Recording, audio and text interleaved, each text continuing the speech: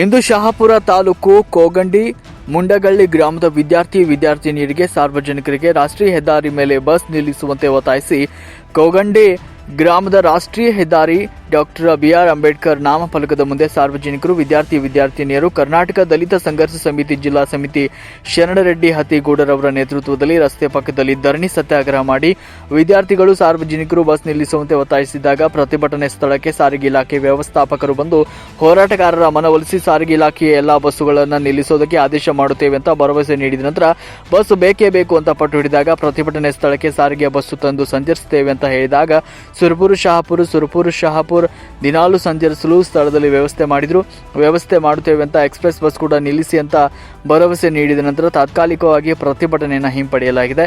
ಸಾರಿಗೆ ವ್ಯವಸ್ಥಾಪಕರಿಗೆ ಮನವಿ ಪತ್ರ ಸಲ್ಲಿಸಲಾಯಿತು. ಪ್ರತಿಭಟನೆಯಲ್ಲಿ ಶರಣರೆಡ್ಡಿ ಹತ್ತಿಗೂಡೂರು, ಶರಣಪ್ಪ ಚಲವಾದಿ ಕೊಂಗಂಡಿ, ಚಂದಪ್ಪ ಚಲವಾದಿ, ಹನುಮಂತ ಮೆಂಬರ್, ಹನುಮಂತ ಗುಜಲೇರ್, ಭೀಮಾಶಂಕರ ಸುರ್ಪುರ್ಕರ್, ಶರಣಗೌಡ ಮದರ್ಕಲ್, ನಿಂಗಣ್ಣ ಚಲವಾದಿ, ಭೀಮರಾಯ್ ಮಂಡಗಳ್ಳಿ, ಹನುಮಂತ ಭೀಮಣ್ಣ ಗಲಾಗ್, ಹುಸಿನಪ್ಪ ದೊಡ್ಡಮನಿ, ಸಾಬಣ್ಣ ದೋರಿ ಮೆಂಬರ್, ರಂಗಪ್ಪ ಅದ್ದೂರಿ, ಸಿದ್ದಲಿಂಗರೆಡ್ಡಿ, ಹನುಮಂತ ಗಲ್ಗಲ್ ಹಾಗೂ ತಾಯಪ್ಪ ಮೆಂಬರ್, ಚೈತ್ರ ಗಜ್ಜಗಲರ್, ಶಿವಲಿಂಗಮ್ಮ ಹೊಸಮನಿ, ನಾಗಮ್ಮ ಗಜಲರ್, ಶಿವಲಿಂಗಪ್ಪ ನಾಗಮಣ, ಯಲ್ಲಪ್ಪ ನಾಗಮಣ, ನಿಂಗಪ್ಪನ ಪೂಜಾರಿ, ವಿಶ್ವರಾಜ ಕೊಂಗಂಡಿ ಹೆಚ್ಚಿನ ಸಂಖ್ಯೆಯಲ್ಲಿ ಪ್ರತಿಭಟನೆಯಲ್ಲಿ ಭಾಗವಹಿಸಿದರು.